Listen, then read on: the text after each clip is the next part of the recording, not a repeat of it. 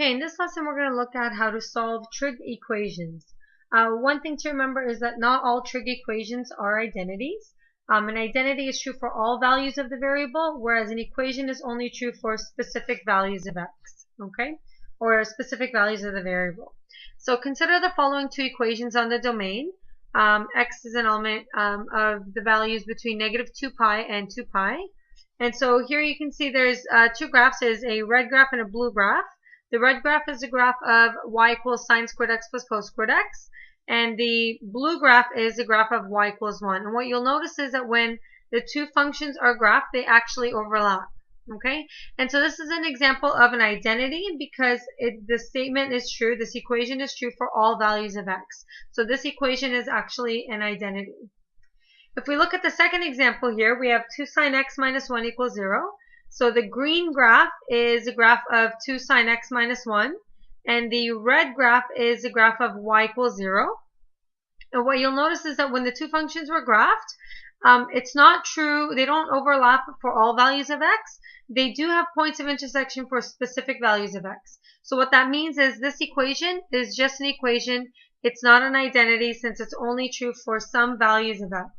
Okay, and so what we're going to be looking at today is solving equations that look like this. Okay, solving for those specific values of x where the left side and the right side functions actually overlap. Okay, so some things to remember whenever you are solving trig equations. First of all, you want to rearrange the equation to try to isolate the function. So if you have something like 2 sine x minus 1, you want to rearrange it so that the sine x is by itself. Okay, so for example, the example that we saw earlier, if you have 2 sine x minus 1, you want to try to rewrite this so that it says sine x equals 1/2. So the function is actually isolated.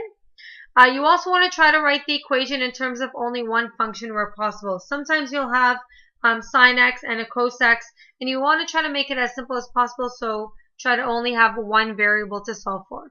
Okay. You will need to use terminal arm diagrams, as well as the cast rule and special angles to help solve for angles. In terms of terminal arm diagrams, you'll need to know which quadrants the angle might fall in. Okay, so we're looking at quadrants. The cast rule helps us to figure out whether the function is positive or negative.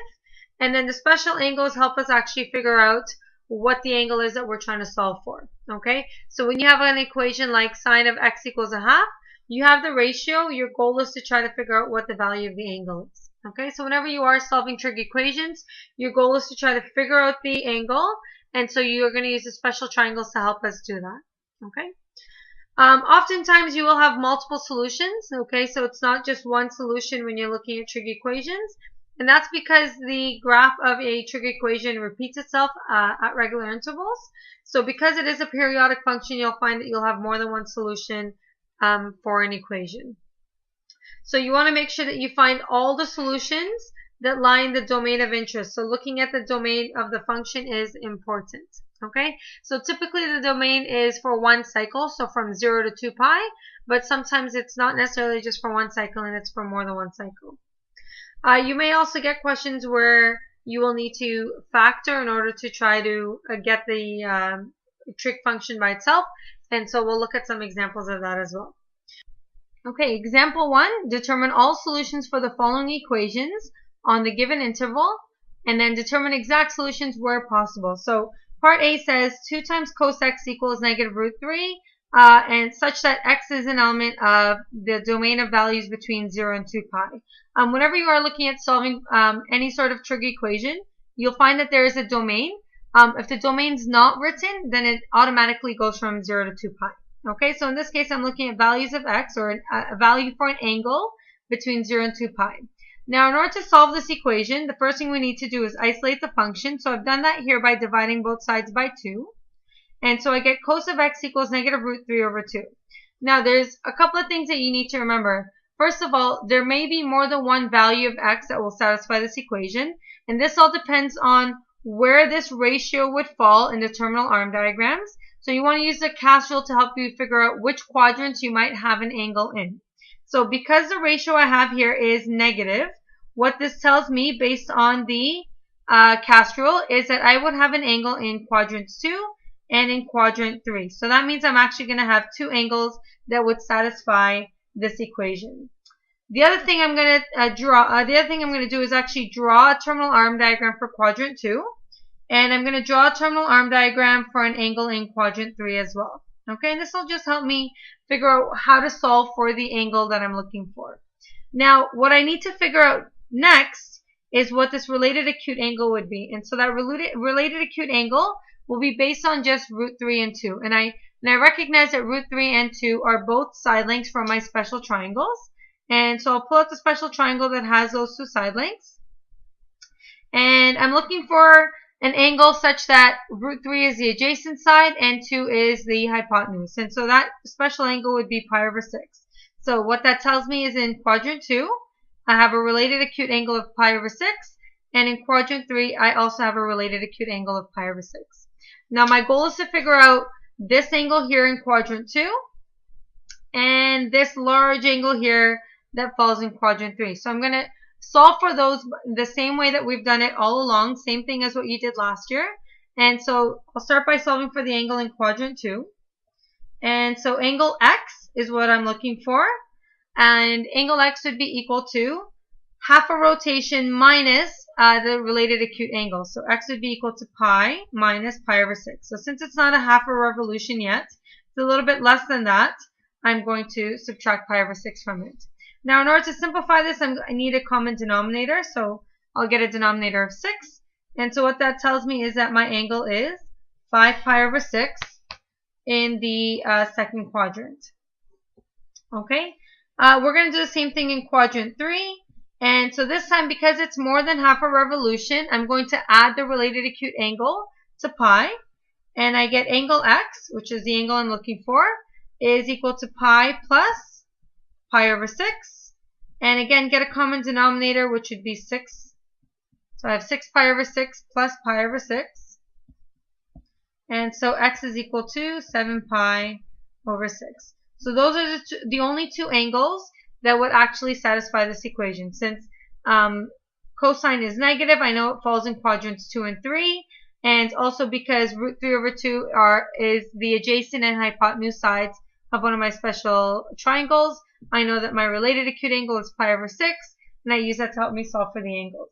Okay, so just to conclude, whenever you're writing your solution to a trig equation, you write x is an element of, so if that's the variable you're looking for, x is an element of the set of numbers, so you're going to use the brace brackets again, and then list your solutions from lowest to highest. Okay, so there's my solution there. Okay, how can I check to make sure that I'm on the right track? Well, the function I'm looking at is the cosine function, and the value I'm trying to find is a y value of negative root 3 over 2, or a ratio value of negative root 3 over 2. So if I actually graph the cosine function, and I try to find how many points and what quadrants those points would fall in, it can sort of give me an idea of whether or not my solutions are correct.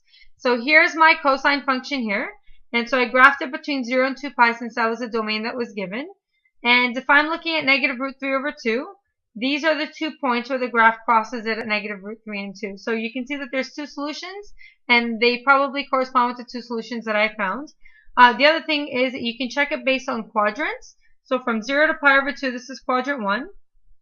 From pi over 2 to pi, this is quadrant 2. Pi to 3 pi over 2, there's quadrant 3. 3 pi over 2 to 2 pi is quadrant 4. And you'll notice that we have 2 solutions, one in quadrant 2 and one in quadrant 3, which means we are probably on the right track. Okay, for example 1 part B, we have 4 sine of x over 2 equals 2, and the domain we're looking at is between 0 and 4 pi. So you see that the domain is a little bit different in this case. Okay, you'll also notice that the angle that we're looking for is angle x, but the angle that's given for the sine function is x over 2. Okay, so this part here is going to get a little bit confusing. So we're going to look at a different way of trying to solve for x, such that the angle that we're looking at is not x over 2, but instead is just a single angle, just a variable all by itself. Okay, so we'll start by trying to get the function isolated. So I divide both sides by 4, so we can try to get the x by itself. To try to get the function by itself. One thing I want to point out is that you can't actually multiply both sides by 2 to try to make the angle just x. because the x divided by 2 is the actual angle part, there's no way to actually get rid of this division by 2. Okay, and we'll talk about different ways of approaching the question so that you don't have to deal with division by 2 for your angle. Okay, so I'll continue and simplify the right-hand side, and so that'll simplify to 1/2. And so I can think about my special triangles, and I know that there is an angle such that the opposite side is 1 and the hypotenuse side is 2, and we'll come back to that in a second. So what I want to do right now is, before I actually try to solve for that angle, I'm actually going to rewrite this angle, which is x over 2, as a single variable instead of having a variable divided by a number. Okay, so I'm going to let another variable, which I'll call u, equal x over 2. Okay, so I'm going to let u equal x over 2, just so that I don't have to deal with an angle here that's divided by 2. So it's just a single variable. And so what my function would look like now is sine of u equal to 1/2. Okay, which is a little bit more easy to work with than sine of x over 2 equals 1/2. Now, because I'm introducing a new variable, what happens is that the domain I had originally will alter slightly, because now I'm no longer looking at x, I'm now looking at u. Okay, and so the way the domain is going to alter is, because x is an element of the domain of values between 0 and 4 pi, and because the angle that I'm looking at for the sine function is x over 2, I can actually change the domain such that if I'm going from x as my angle to x divided by 2, then that means if I'm dividing the angle, then I should be able to divide the domain as well. So if I divide the initial point in the domain, so 0 divided by 2, I get 0. And if I divide the ending point in the domain, which is 4 pi, and I divide that by 2, I get 2 pi. So what that means is the domain for the values of x that I'm actually looking at for this angle are values of x between values of x over 2 between 0 and 2 pi. Okay, and so since x over 2 is equal to u, what that tells me is that the angle I'm looking at, which is angle u for now, is going to have values of u between 0 and 2 pi. So the value of my angle will now be between 0 and 2 pi for angle u, which is what I'm looking at. Okay, so it makes the domain a little bit smaller because now I'm looking at x over 2 and not just x. Okay, so the rest of the question I'm going to solve it the exact same way. I know that sine of u would be in quadrants 1 and 2 because that's where the sine function is positive. So I'm going to look for angles such that sine of u is equal to a positive number. And so if I draw my terminal arm diagram, which I've done on the right hand side here, the special angle such that the opposite side is 1 and the hypotenuse side is 2, that special angle is pi over 6, so you'll see that I've labeled it here. And so then if I solve for the angles, the first angle is relatively easy because in quadrant 1, your angle is the special angle that we have, which is a related acute angle, pi over 6. And in quadrant 2, in order to solve for this angle here, it's less than half a rotation, so I'm going to do pi minus pi over 6. And if I simplify that, I get 6 pi over 6 minus pi over 6, which will give me 5 pi over 6 once I simplify that. And now the rest of the question is a little bit different. Now, remember that the original question was asking me to solve for x. And now in order to solve for x, I need to actually replace u with what the relationship is between u and the angle x, which is what I'm trying to solve for. So because I know u is equal to x over 2, I replace u with x over 2 here. And now to solve for x, all I need to do is cross multiply, and I get x equals 2 pi over 6, which simplifies to pi over 3. Okay, so one of my angles are now going to be pi over 3. So remember that you're not actually trying to solve for angle u. Angle u is sort of like a buffer. It sort of helps you solve for angle x. And so you're going to replace u back with the relationship that you had originally. So u is equal to x over 2. And then it allows you to, currently my battery is running low, okay, it allows you to actually solve for angle x. Same thing for the other angle, the one that was in quadrant 2. I'm going to replace u with x over 2, cross multiply, and then I get x equals 5 pi over 3.